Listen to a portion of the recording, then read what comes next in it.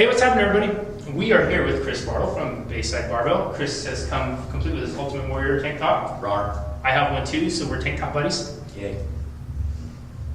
The Hulk Hogan spandex are coming soon. So wrestling aside, Chris, what do you got going on for us today?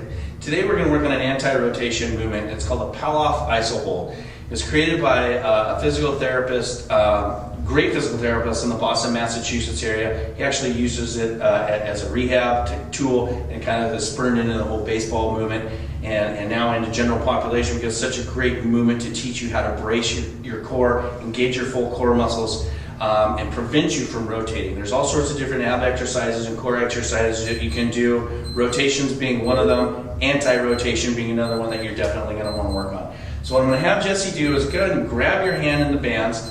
Notice how he just instantly collected his hands like that. You can hold the band any way that you want. Go ahead and release with one hand. You definitely want to make sure that it's resting on the palm of your hand. Okay? Go ahead and interlock your fingers just how you did and take a closer step towards me. I did shower today.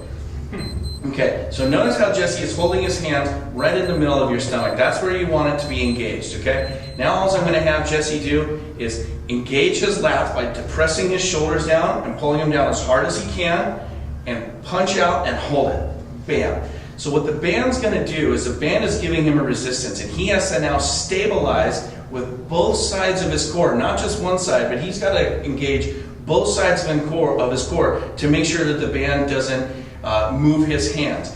One thing you want to remember when doing this, you want to keep the center of your hands right in line with the center of your chest. So if you were to draw a line from your belly button all the way up into the middle of your chest, that's exactly where you want to keep your hands.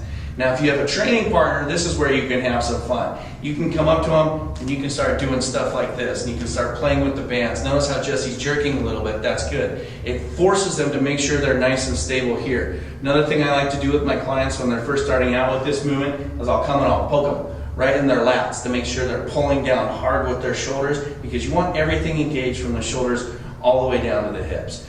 Go ahead and relax, Jesse. Bam, in, and then rotate. There you go. Then you just flip, do the other side. Now you can do these a couple different ways. You can do them as holds, or you can, for time, or you can do them as punches where you're actually extending the arms and pulling them into your belly. So go ahead and take a little step out, punch out, bam, and then come in. These are called Palloff presses. So you have one basic movement, two different variations. You can hold for time, or you can do repetitions. I suggest playing around with both.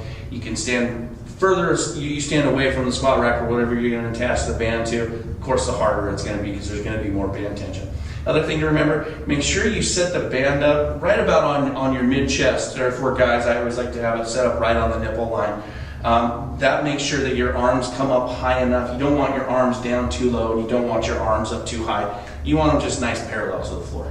That was awesome, Chris. You know, something I noticed while I was doing it, and I don't know if you guys can see me sweating here, is as the time went on and the tighter I got focusing in my lats and my core, I noticed that my glutes started to fire, I noticed my inner thigh muscles started to fire, and my whole system just started to kick in and really make me feel stronger and more stable. Yep. Every time you engage your core muscles, you're not just engaging the front of yourself, you got to engage your sides, your back, all the way up to your shoulder blades, all the way down to your hamstrings. So that's why you were feeling that. That tells me that you were engaged all the way, bam, from top to bottom of the core muscles, and that's exactly what you want to look for. And you know something else, when you came over and hit the band, you could feel just like little parts of the muscle that wasn't completely contracting, they started contracting a little more. And you guys saw it, like I kind of jerked a little bit because I just had to restabilize almost. And that's something that's really important, I think, with exercise, right? Is our body is so adaptable. And most of the problems we have is because we got so adapted to going in bad posture, going in bad movements.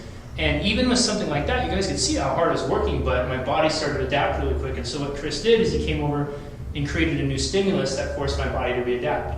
This is why it's so important. You'll hear trainers say it all the time, is you have to switch up your routines when you're exercising because your body will get used to it. You have to give yourself variation because that forces your body to constantly learn, constantly evolve, and keeps it from adapting.